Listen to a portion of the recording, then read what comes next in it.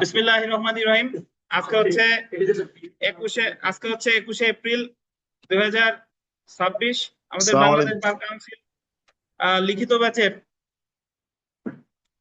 দেওয়ানি কার্যবিধির ক্লাস শুরু করতে যাচ্ছি। দেখেন, গতদিন আমরা রায়ের পূর্বে ক্রোক এবং রায়ের পূর্বে আটক এই বিষয়টা বিস্তারিত আলোচনা করেছিলাম, এবং এখানকার যে সমস্যামূলক প্রশ্ন ছিল এটা আমি বলেছিলাম যে আপনারা একটু দেখে আইসেন, এবং এটার সাথে সাথে এখানকার যে মুসাবিতা ছিল এটাও ইম্পর্টেন্ট।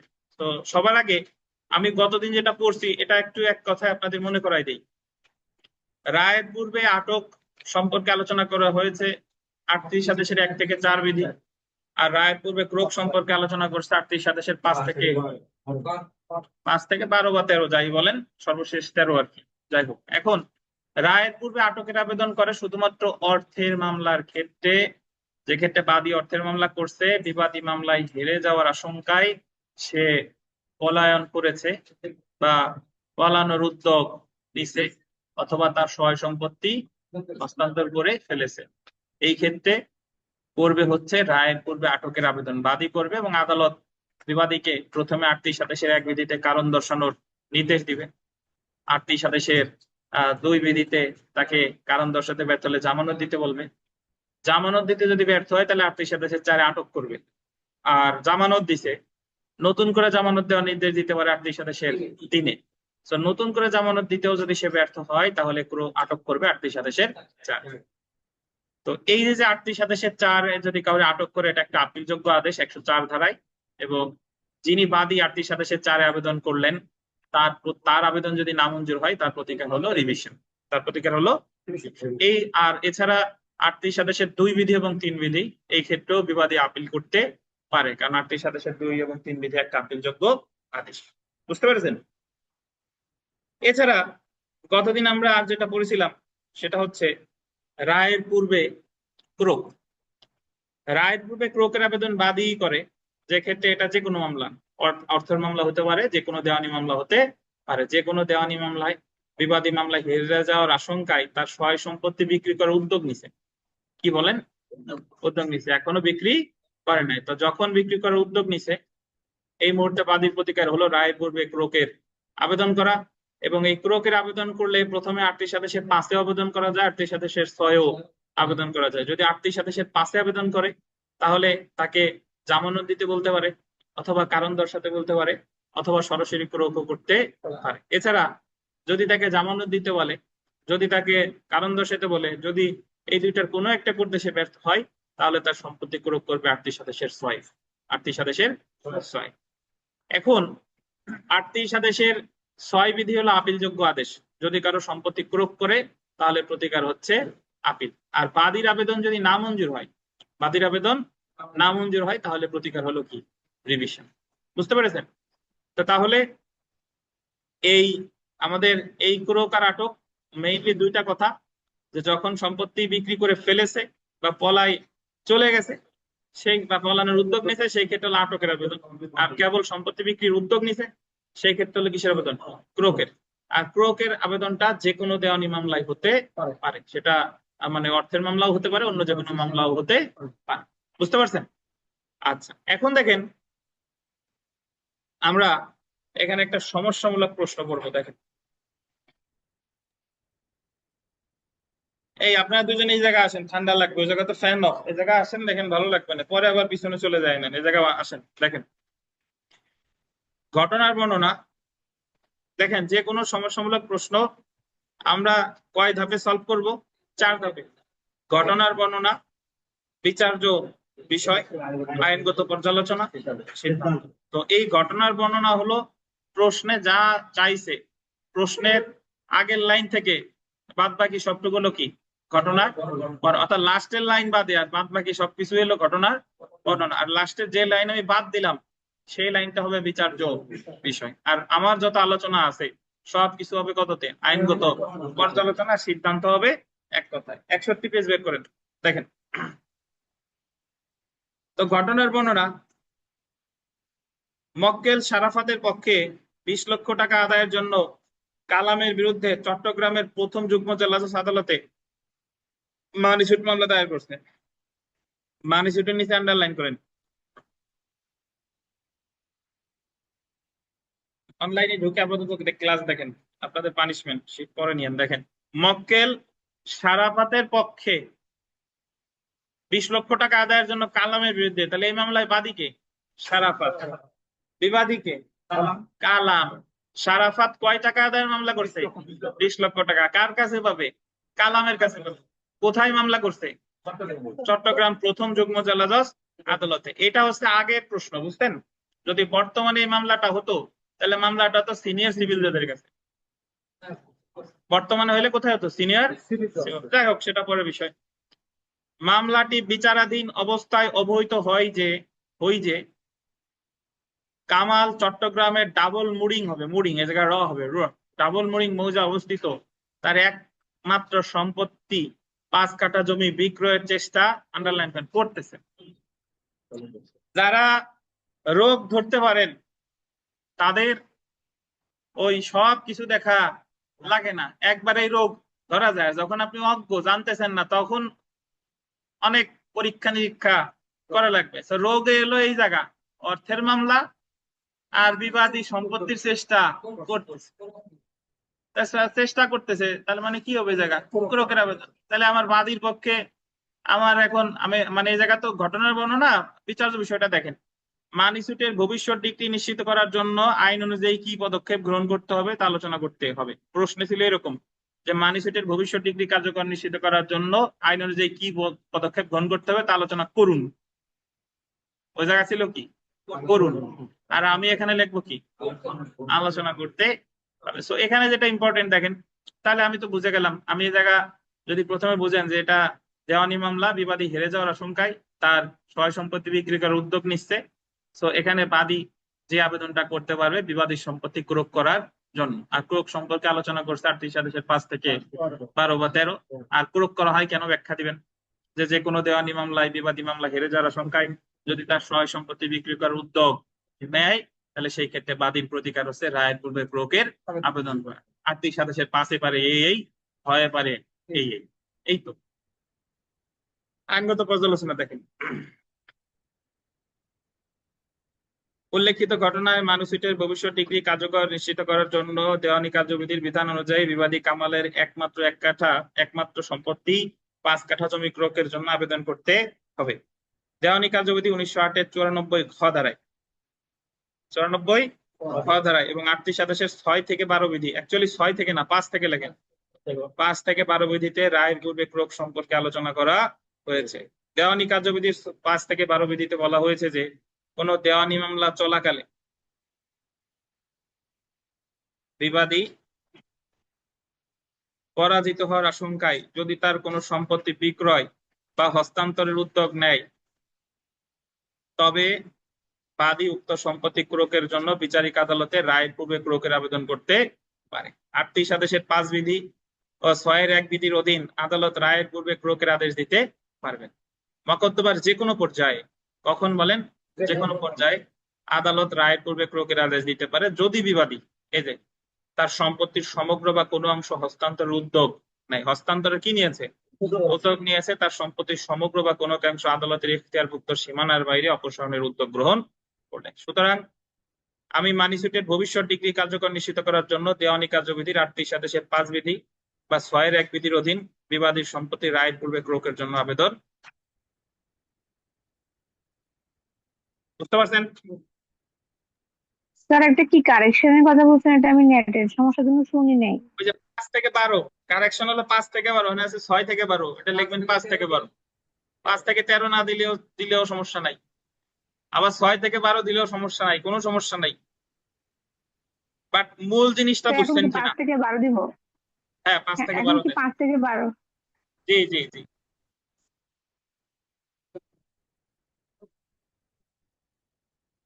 বিশ্বজিৎ স্যার বুঝছেন না? বুঝেন নাই?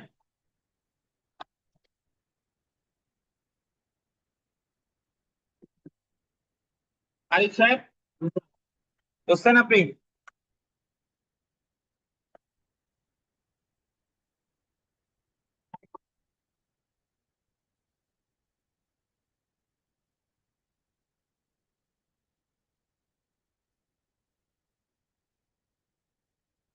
আচ্ছা, আমরা এর পরের প্রশ্নটা পড়ি, দেখেন।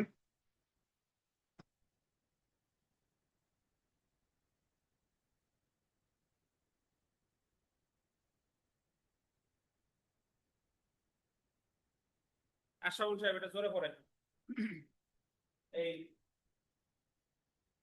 এই করিমের পক্ষে, এটা স্যার। করিমের পক্ষে যে প্রশ্নটা, এটা জোরে পড়েন।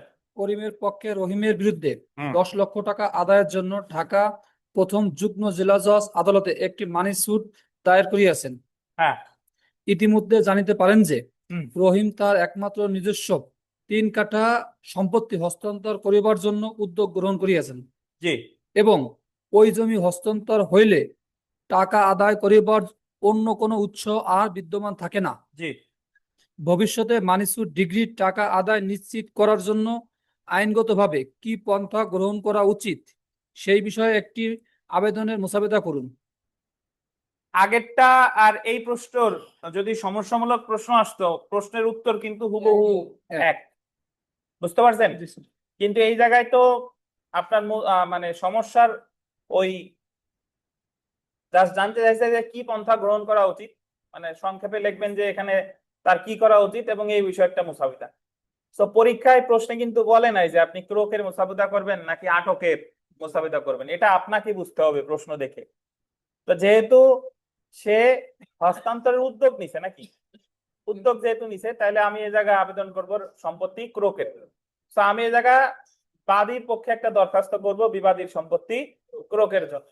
তো এটা আমরা কিভাবে লিখবো দেখেন, এটা সমস্যা পড়ার আগে এইভাবে দেখেন, সবার আগে আদালতের নাম, তারপরে মামলার নাম, দেওয়ানির সূত্র, দেওয়ানি মামলা নাম্বার অমুক, তারপরে আমি গেলাম বাদীর নাম, বাদী এ জায়গা দরখাস্তকারী, বনাম বিবাদীর নাম, এ জায়গা তো বিবাদী অমুক। তারপরে বিষয় দেওয়ানি কার্যবিধির 38 আদেশের 4 বিধির অধীন বিবাদীকে রায়ের পূর্বে আটকের আবেদন। রায়ের পূর্বে বিবাদীর সম্পত্তি 38 আদেশের 5 বিধির অধীন বিবাদীর সম্পত্তি রায়ের পূর্বে ক্রোকের আবেদন।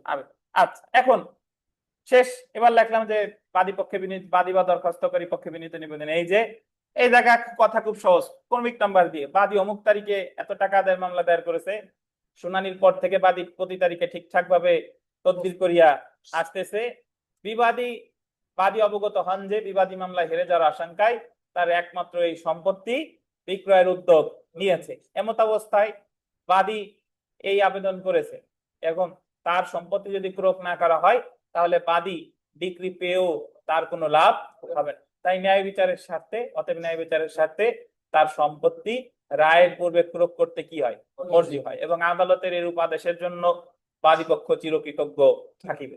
এই তো শেষ। তারপর হলফনামা, যে আমি অমুক, আমি বাদী অমুক, পিতার নাম এই, মাতার নাম এই, এনআইডি নাম্বার এই, ধর্ম এই, উপরোক্ত যা যা বলছি আমার সব জ্ঞান এবং বিশ্বাস মতে সত্য। তারপরে হলফকারী অ্যাডভোকেট বলছে যে আমি তাদের হলফ করি না, তার সিগনেচার এই তো দরখাস্ত। বুঝছেন? তো দরখাস্ত বা মুসাবিদা নিয়ে যারা ভয় পায়, মুসাবিদা অ্যাকচুয়ালি সবচেয়ে সহজ যদি আপনি ফরম্যাটটা বুঝতে পারেন। আর ফরম্যাট কিন্তু সকল দরখাস্তের একই, অলমোস্ট এক, 90% এক। যদি আমার এই জায়গায় এই মামলাটা, আমি তো দেখাবো, যদি এই মামলাটা মিস কেস হতো তাহলে আমি লিখতাম miss case number dot dot এত উদ্ভূত অমুক মামলা, উদ্ভূত অত নং মামলা থেকে। যেহেতু এটা মিস কেস না, যেহেতু এটা একটা দরখাস্ত, এই জায়গায় আমার উদ্ভূত লেখার দরকার নাই। এই যে দেখেন, তারপরেও পড়ি। স্যার এখানে অস্ত্র মোকদ্দমা নং লিখে আছে, ওখানে কি দেওয়ানি মামলা নং লিখতে হবে? রুপি বুঝতে পারি না, জোরে বলেন। স্যার এখানে অস্ত্র মোকদ্দমা নং লেখা আছে, ওখানে কি দেওয়ানি মামলা নম্বর লিখলে হবে? আচ্ছা, ধন্যবাদ। আমি আপনার প্রশ্নের উত্তর দিচ্ছি, আগে আমরা পড়ি। কি আরিফ সাহেবের কি মিস হয়ে গেছে ভাই? 62 পেজের পরে 63 64 80 নাই, পরে 65। ও দেখি আমার কাছে দেন দি। দেখেন, আইনগত পদক্ষেপ। এমত অবস্থায় বাদী কর্তৃক দায়েরকৃত মানি মোকদ্দমা বা অর্থের মোকদ্দমাটি, বুঝছেন, আদালতে বিচারাধীন থাকাকালে বিবাদী যাহাতে তার সম্পত্তি হস্তান্তর করিতে না পারেন তৎমর্মে, অর্থাৎ উক্ত মোকদ্দমার রায়ের পূর্বে বিবাদী সম্পত্তির ক্রোক আদেশ প্রার্থনা করিয়া আদালতে দরখাস্ত করিতে হইবে। সাধু ভাষায় আমার দরকার নাই, আমি লিখবো যে যেহেতু মামলা চলাকালীন সময় সে সম্পত্তি মানে বিক্রির উদ্যোগ নিছে, সো বাদী এই জায়গা বা প্রতিকার হলো রায়ের পূর্বে ক্রোকের আবেদন করা। মকদ্দমাটি যে আদালতে বিচারাধীন সে আদালতে বাদী পক্ষকে দেওয়ানি কার্যবিধির 38 আদেশের 5 বিধির অধীনে মকদ্দমার রায়ের পূর্বে বিবাদী সম্পত্তি ক্রোক আদেশ প্রার্থনা করিয়া দরখাস্ত করিতে হইবে। এখন আপনারা কোন কোন বইতে, ড্রাফটিং বইতে অথবা আইন পাঠ অথবা প্রিলি মাস্টারে দেখবেন কোন কোন বইতে এখানে দরখাস্তটা করছে 38 আদেশের 6। বুঝছেন? ক্রোকের দরখাস্ত আমি প্রথম দিনই পড়ানোর সময় আপনাদের বলেছিলাম যে ক্রোকের দরখাস্ত 5-এও করা যায়, 6-এও করা যায়। আপনি যদি প্রথমেই চান যে তার কোনো কারণ দর্শানো দরকার নাই, তার সরাসরি সম্পত্তি ক্রোক করা হোক, তাহলে আবেদন করতে হবে কততে? 5-এ। কারণ 5-এ আদালতের হাতে অপশন 3টা, যদি সন্তুষ্ট হয় সরাসরি ক্রোকের আদেশও দিতে পারে। বুঝছেন? দেখেন তাহলে দরখাস্তটির মুসাবিদা নিম্নরূপ। স্যার আমার একটু কথা আছে স্যার। হ্যাঁ বলেন। যদি এই প্রশ্নটাই আসে, সাপোজ আসলো স্যার, এই যে আইনগত পদক্ষেপ যে কতটুকু লেখছেন স্যার, হ্যাঁ আমরা আগে পর্যন্ত পরীক্ষা দিয়েছি মুসাবিদা মুস্তরি, এই স্যার আমরা ইলে আছি আদালতের নাম দিয়ে। ধন্যবাদ। শুরু করছি স্যার।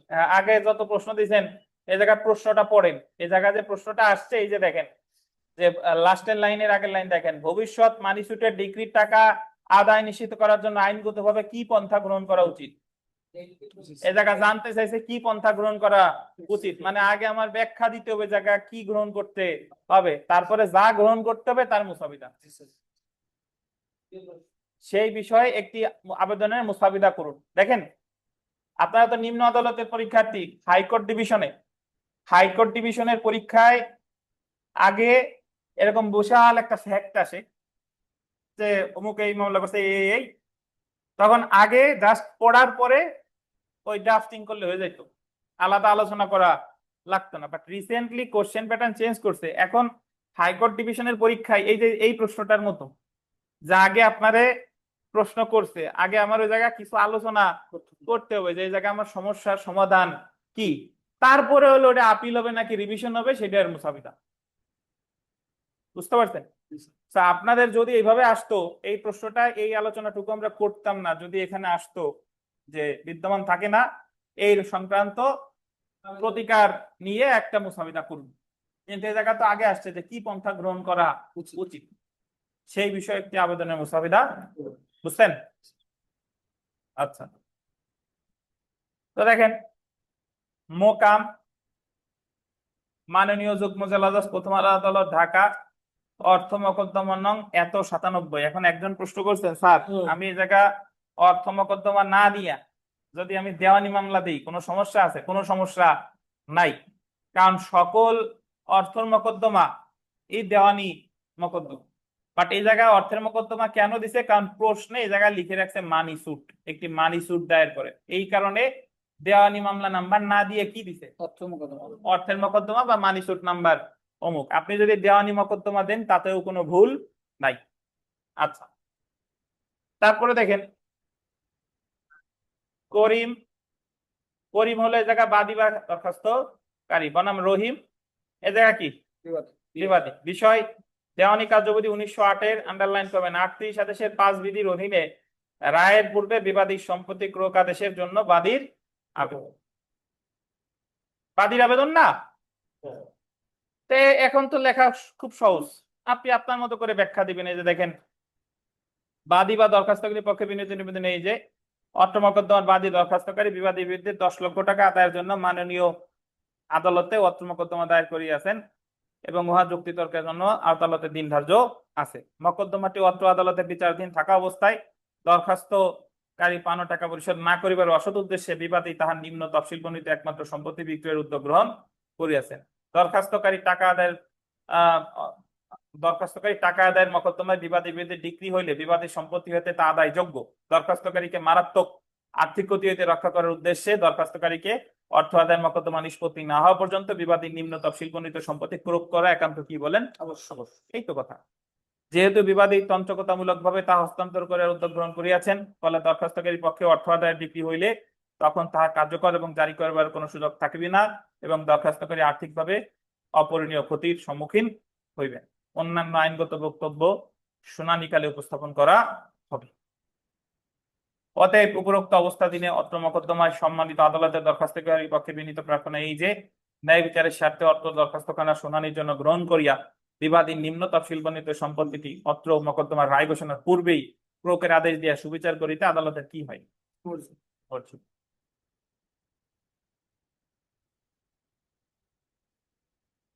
তো মুসাবিদা যারা নতুন আছেন তাদের ক্ষেত্রে আমি যেটা বলি, এই যে মোকাম মাননীয় যুগ্ম জেলা জজ প্রথম আদালত ঢাকা বা বিজ্ঞ যুগ্ম জেলা জজ প্রথম আদালত ঢাকা, এই লাইনটা হবে খাতার মাঝখানে।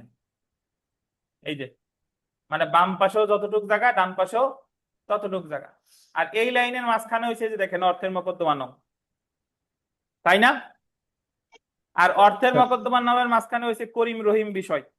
তো আপনি বলেন খাতার মাঝখানে, আমরা যখন ওই খাতায় লিখবো তখন তো খাতার ইএম রাখতে কথা বলে যাবে। আচ্ছা, ধন্যবাদ। একজন প্রশ্ন করছেন, স্যার আমরা যখন লিখবো তখন তো খাতার এই মাথার তো মাথা ভরে যাবে। এই মাথার তো মাথা বললো, সমস্যা কি? এই মাথার তো মাথা বললেও দুই মাথা তো সমানই হচ্ছে। আর যদি না ভরে তাহলে এই পাশেও যতটুকু জায়গা থাকবে এই পাশেও ততটুকু জায়গা থাকবে। বুঝাইতে পারি না? বোঝাই মানে জিনিসটা হবে সেন্ট্রালে। যারা কম্পিউটারে মাইক্রোসফট ওয়ার্ডের কাজ করতেন দেখবেন যে ওই জায়গা একেবারে সমান সমান আছে, আবার বাম কোণে আছে, ডাইন কোণে আছে, মাঝখানে আছে। তো এই জায়গা হবে কোথায়? মাঝখান বরাবর। দেখা যাচ্ছে কি এই যে এই আমি যে এই মোকাম লিখবো, মোকাম স্যার। লেখার পরে তাহলে যদি ওই আপনার এই যে মোকাম লেখা, হুম। স্যার মোকাম আমি প্রথমে যে বাম পাশে যে মার্জিন থেকে শুরু করলাম, শুরু করার পরে আপনার এই যে মাননীয় যুগ্ম জেলা জজ প্রথম আদালত ঢাকা, মানে যে মাননীয় যুগ্ম জেলা জজ প্রথম আদালত এই পর্যন্ত আবার শেষ হয়ে গেল। ঢাকাটা আমি লাস্ট এরপরে কোথায় লিখবো? দাঁড়ান, আপনার প্রশ্ন লাইন কারেন্ট চলে গেছে তো ই করিনি। না আসলে আমি লিখছি, আমি লেখার পরে আমি এই সমস্যাটা আমি আমি আমি সবার প্রশ্নের উত্তর দিচ্ছি, শুনেন। এই অনলাইনে যারা আছেন শুনতে পাচ্ছেন? আমাদের ইলেকট্রিসিটি চলে গেছে তো আপনাদের। ওকে, ওকে। একজন প্রশ্ন করছেন, স্যার আমি মোকাম দিয়ে লেখা শুরু করলাম, মাননীয় যুগ্ম জেলা জজ প্রথম আদালত লিখলাম, কিন্তু ঢাকা আর ওই লাইনে ধরে নাই। জি স্যার। এখন আমার করণীয় কি? আচ্ছা, এই জন্যই তো আপনার প্র্যাকটিস করতে হবে ভাই। আপনার তো এই লাইনটা এক লাইনেই ধরাতে হবে, নাইলে তো এটা দেখতে সুশ্রী হয় না। এখন যদি কোনোভাবে ধরেন এক লাইনে ধরাইতে পারেন নাই, তাইলে ওই আশেপাশে ছোট্ট করে ডান পাশেই নিচে একটু ছোট্ট করে ঢাকা লিখে দিলেন, বুঝতে পারছেন? কিন্তু নিয়ম হচ্ছে কি এক লাইনের ভিতরে এক লাইনে লেখা। এই কারণে আমি তো মুসাবিদা আপনাদের এই জায়গা পড়াচ্ছি, কিন্তু আমি বারবার বলছি যে মুসাবিদা কিন্তু প্র্যাকটিস করে আমাদের দেখাবেন, লিখে দেখাবেন যে স্যার আমি যেভাবে লিখছি এটা কি ঠিক আছে কিনা। এই মুসাবিদা না, আপনি A to Z সব পারেন কিন্তু জীবনে প্র্যাকটিস করেন নাই। যেদিন খাতায় লিখতে যাবেন আপনার হচ্ছে না। জি লেখা হচ্ছে মানে লিখতে পারতেছেন সব, কিন্তু ফরম্যাট হচ্ছে না, কোন ভাবে লিখবেন সেটা হচ্ছে না। সো কিছু কিছু জিনিস আছে যে এই জিনিস যদি আপনি না লিখেন কাজ হবে না। যেমন অঙ্ক আপনি মুখে মুখে সব পারেন, কিন্তু খাতায় করতে দিলে দেখবেন যে অন্য অভিজ্ঞতার সম্মুখীন। তো মুসাবিদা আমরা এই জায়গায় যা পড়তেছি না কেন, আমি তো আপনাদের দেখাচ্ছি, কিন্তু এটা আপনার করা লাগবে কি? লেখা লাগবে, বাসায় বসে লেখা লাগবে, লেখা লাগবে, হ্যাঁ লেখা লাগবে। এই ফ্যান বন্ধ হয়েছে, জানা কি? বলেন, বলেন, অনলাইন থেকে কে যেন প্রশ্ন করলেন, বলেন স্যার আমার একটা প্রশ্ন ছিল। বলেন। হ্যালো হ্যাঁ রুপি, শুনতে পাচ্ছি না, বলেন। হ্যালো, হ্যাঁ শুনতে পাচ্ছি, বলেন, এবার শুনতে পাচ্ছি, বলেন। শুনতে পাচ্ছেন? হ্যাঁ পাচ্ছি, বলেন। হ্যালো। জি স্যার শুনতেছি। হ্যাঁ স্যার। স্যার আমি এখানে বেশিরভাগ মুসাফিরদের মধ্যে। হ্যালো হ্যাঁ আমরা শুনছি তো, আপনি বলেন। হ্যালো এই সিরাজুল হক সাহেব, স্যার, আপনার বেশিরভাগ মুসাফিরতে দেখি যে আপনি।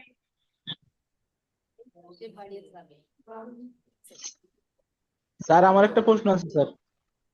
প্রশ্ন তো পরে উনি আগে করুক প্রশ্ন। আপনারা কি আমার কথা শুনতে পাচ্ছেন? জি স্যার। ওকে, স্যার, এই শুনতে কথা পাচ্ছি। বলেন না। হ্যাঁ রুপি বলেন। স্যার কথা বলেন বেশিরভাগ না। মুসাবিদাতে দেখি আপনি যুগ্ম জেলা জজের এই দিয়ে প্যাটার্নটা করছেন, এখন আরজি সংশোধনের ওখানেও দেখছি যুগ্ম জেলা জজকে দিয়ে, ওখানে কি সহকারী জজ ও প্রথম আদালত এভাবে দিয়ে কি ওই ধরনের মুসাবিদাগুলো কি লেখা যায় কিনা? আর দ্বিতীয় কথা হচ্ছে দরখাস্তকারীর পক্ষে বিনীত নিবেদন, এই যে লিখার পরে যে প্রথম অংশে বিভিন্ন মানে সব দরখাস্ততে দেখলে মুসাবিদাতে দেখছি যে মানে ওই এটা যুক্তিতর্কের জন্য দিন ধার্য আছে, না হলে শুনানির জন্য দিন ধার্য আছে, এই লাইনটা কি দিতে হবে নাকি এটা এমনিতে মামলা দায়ের করেছে এর পরবর্তীতে মানে ফ্যাক্টটা তুলে ধরলে হবে? ধন্যবাদ। আচ্ছা, আপনি প্রথম প্রশ্ন করছেন যে স্যার বেশিরভাগ মুসাবিদায় আপনি উল্লেখ করছেন যুগ্ম জেলা জজ। আচ্ছা, দেখেন, যুগ্ম জেলা জজ তো এই জায়গায় যে আমাদের যে ফ্যাক্টটা প্রশ্নেই কিন্তু লেখা আছে যে রহিমের বিরুদ্ধে 10 লক্ষ টাকা আদায়ের জন্য ঢাকার যুগ্ম জেলা জজ আদালতে। তো এই জায়গা তো আপনার প্রশ্নে উল্লেখই করে দিয়েছে যুগ্ম জেলা জজ, এই জায়গা তো আমি অন্য কিছু লিখলে হবে না। যদি প্রশ্নে যুগ্ম জেলা জজ কথাটা উল্লেখ না থাকতো তাহলে আপনি সিভিল জাজ, সিনিয়র সিভিল জাজ, যুগ্ম জেলা জজ যে কোনো একটা লিখতে পারতেন। এটা টাকার অঙ্ক অনুসারে, এটা হলো তাহলে প্রথম। ওই আরজি সংশোধনের ওইখানেও হয়তো টাকার অঙ্ক অনুসারে মানে আপনার কোডের নামটা লিখতে হবে যদি প্রশ্নের দেওয়া না থাকে। জি জি জি, এটা কোর্টের নাম উল্লেখ না থাকলে আর্থিক এখতিয়ারের মাধ্যমে লিখতে হবে। কোর্টের যদি নাম উল্লেখ না থাকে আপনার মন যা চায় আপনি তাই লিখবেন, কিন্তু ফৌজদারি আদালত লিখেন না, এটা হলো কথা। তাও লেখো না, আর টাকার অঙ্ক দেয় লিখতে। আমেন, শেষ করতে দেন আমাদের। আচ্ছা, আর দ্বিতীয় প্রশ্ন বলছেন যে স্যার অনেক দরখাস্তে লিখছেন যে এই যে অমুক তারিখে মামলা দায়ের করছে, তারপরে মামলাটা যুক্তি তর্কের জন্য আছে বা এই পর্যায়ে আছে, তারপরে ফ্যাক্টে দেখেন আমার তো এখানে দরখাস্তে যখন আপনি করবেন তখন তো আমার কিছু ফর্মালিটিস আছে যে আমি মামলা করছি অমুক তারিখে, তারপরে বাদী একজন সহজ সরল, অপরপক্ষে বিবাদী একজন ওই বদমাইশ হারমাত প্রকৃতির লোক, এগুলো হচ্ছে ফর্মালিটি, বুঝতে পারছেন? এগুলো আপনার লিখতেই হবে। আর তারপরে মামলাটা কোন স্টেজে আছে এটা আমার আদালতে জানানো একান্ত আবশ্যক। তারপরে আমি কি চাইছি সেটাই গেলাম। এখন আপনি যখন, এটা হচ্ছে অনেকটা এরকম যে আপনি যখন কারো কাছে কিছু চাইবেন তখন তাকে আগে সবকিছু জানাইতে হয়, আস্তে আস্তে জানাইতে হয়, নাহলে আগে এই আমার আর্জি ক্রোক আমার রায়পুর্বে ক্রোকের আদেশ দিতে মর্জি হয়, তাহলে তার কিছু লেখা লাগে না, বাদী পক্ষে বিনীত নিবন্ধে রায়পুর্বে ক্রোক করতে মর্জি হয়, এভাবে হবে না। তাহলে আপনি প্রথমে ওই যে কি মামলা করছেন এটা লিখবেন, মামলা কোন পর্যায়ে আছে এটা লিখবেন, তারপরে কি চাওয়ার সেটা লিখবেন। কিন্তু যদি আপনার হাতে সময় কম থাকে, দেন 5 মিনিট সময়, পরীক্ষা শেষ, 3 ঘন্টা 55 মিনিট হয়ে গেছে, তাহলে এই ক্ষেত্রে তো আমার তো কিছু করার নাই, যত দ্রুত করা যায় তত দ্রুতই লিখতে হবে। বাট ওই যে কথা বললাম যে প্রথমে বাদী অমুক তারিখে মামলা করছে, বিবাদী লিখিত জবাব দিছে, অমুক তারিখ থেকে প্রতিনিধিত্ব করে আসতেছে, বাদী কোনো তারিখে তদবিরে অনুপস্থিত ছিল না, এই হাবিজাবি যা যা আছে মামলা এই পর্যায়ে আছে, এগুলো সব ব্যাখ্যা করতে হবে। আর প্রতিটা দরখাস্তের বিষয়বস্তু কিন্তু এক এক রকম না, দেখেন একরকম লেখার স্টাইল একরকম, কিন্তু দরখাস্তের বিষয় ভিতরের লেখা কিন্তু সবগুলোর একরকম। এই হচ্ছে কথা। আর কোনো প্রশ্ন আছে কারো? এই তপন, কি প্রশ্ন আছে বলেন তপন সাহেব।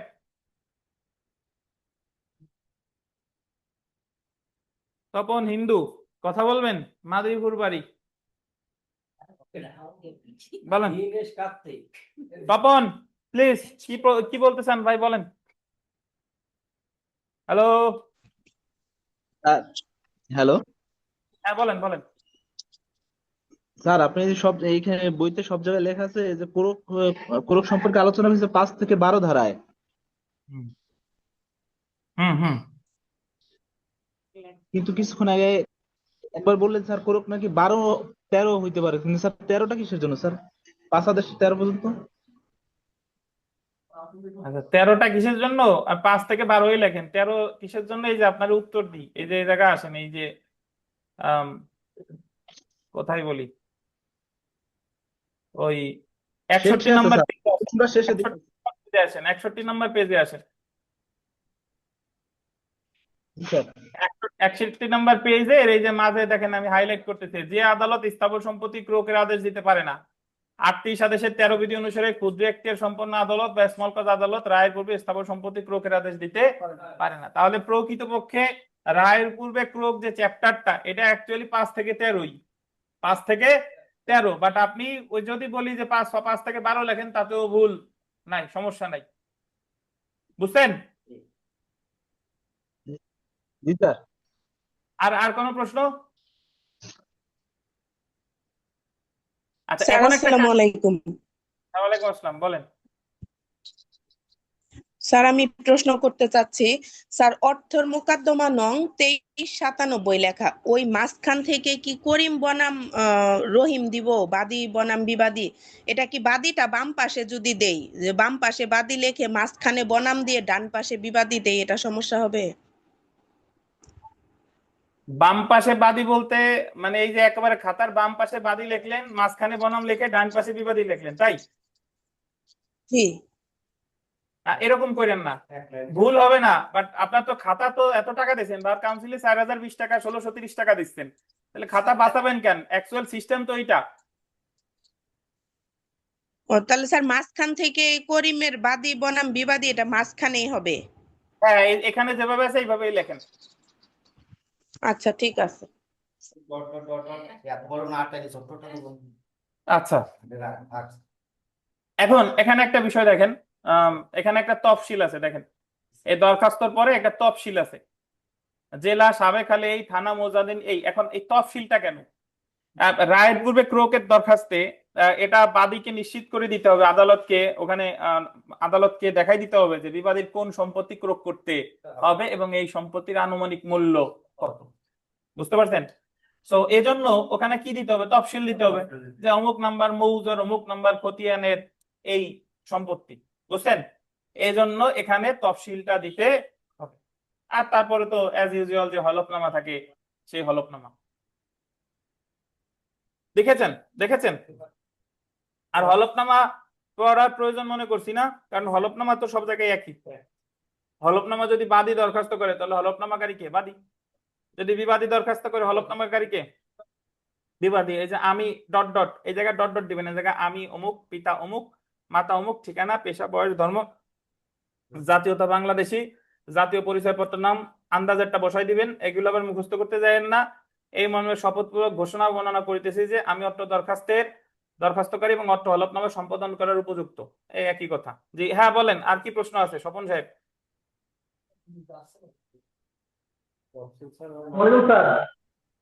হ্যাঁ বলেন।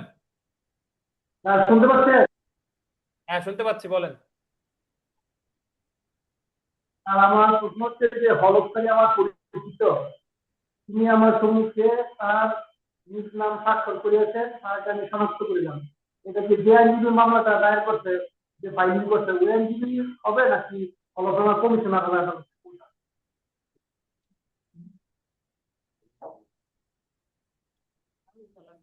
এই আপনারা দরখাস্তে কি করেন? এই যে দরখাস্তে যে হলফনামা দেয়, যে আইনজীবী দিছে সেই আইনজীবী স্বাক্ষর করে না প্রশান্ত সাহেব?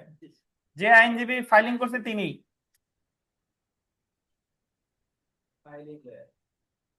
আলাদা হয়েছে যে আপনারা যে নোটারি করেন সেই নোটারি না, এই জায়গা হলো যে ফাইলিং করছে তিনি হলফনামা করবেন, সেই লয়ার, সেই আইনজীবী।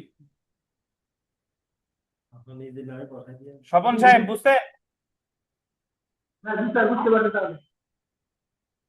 ওকে okay sir, thank you sir. Sir এমনি যত বড় করে আমরা লিখি, এটা তো লিখতে মানে একটু ছোটর ভিতরে, ছোট করে লিখলে তো আর সমস্যা নেই। শুনেন, মুসাবিদার ভালো করার টেকনিক হচ্ছে প্র্যাকটিস, দেখে দেখে লেখা। আপনি দেখে দেখে না লিখলে এটা আপনি আয়ত্ত করতে পারবেন না। ঠিক আছে, মুসাবিদার দেখে দেখে লিখবেন। এখন আপনারা আমার একটা রায়ের পূর্বে আটকের মুসাবিদা লিখে দেখেন। এই জায়গা তো ক্রোকের মুসাবিদা আছে, আটকের মুসাবিদা কি আছে? না। এখন একটা আটকের মুসাবিদা ক্রোক থেকে একটা আটকের মুসাবিদা লিখে দেখান। নগদে, নগদ বিকাশেও না, নগদে রকেটেও না। সবাই একটা দরখাস্ত লিখে দেখান রায়ের পূর্বে আটকের, তাহলে বুঝবো যে আপনি আটক আর ক্রোক বুঝতেন। সবাই অনলাইনে যারা আছে লিখে ছবি দেন। আমরা নিলে ওই কাজটা দেখলে আসতে পারি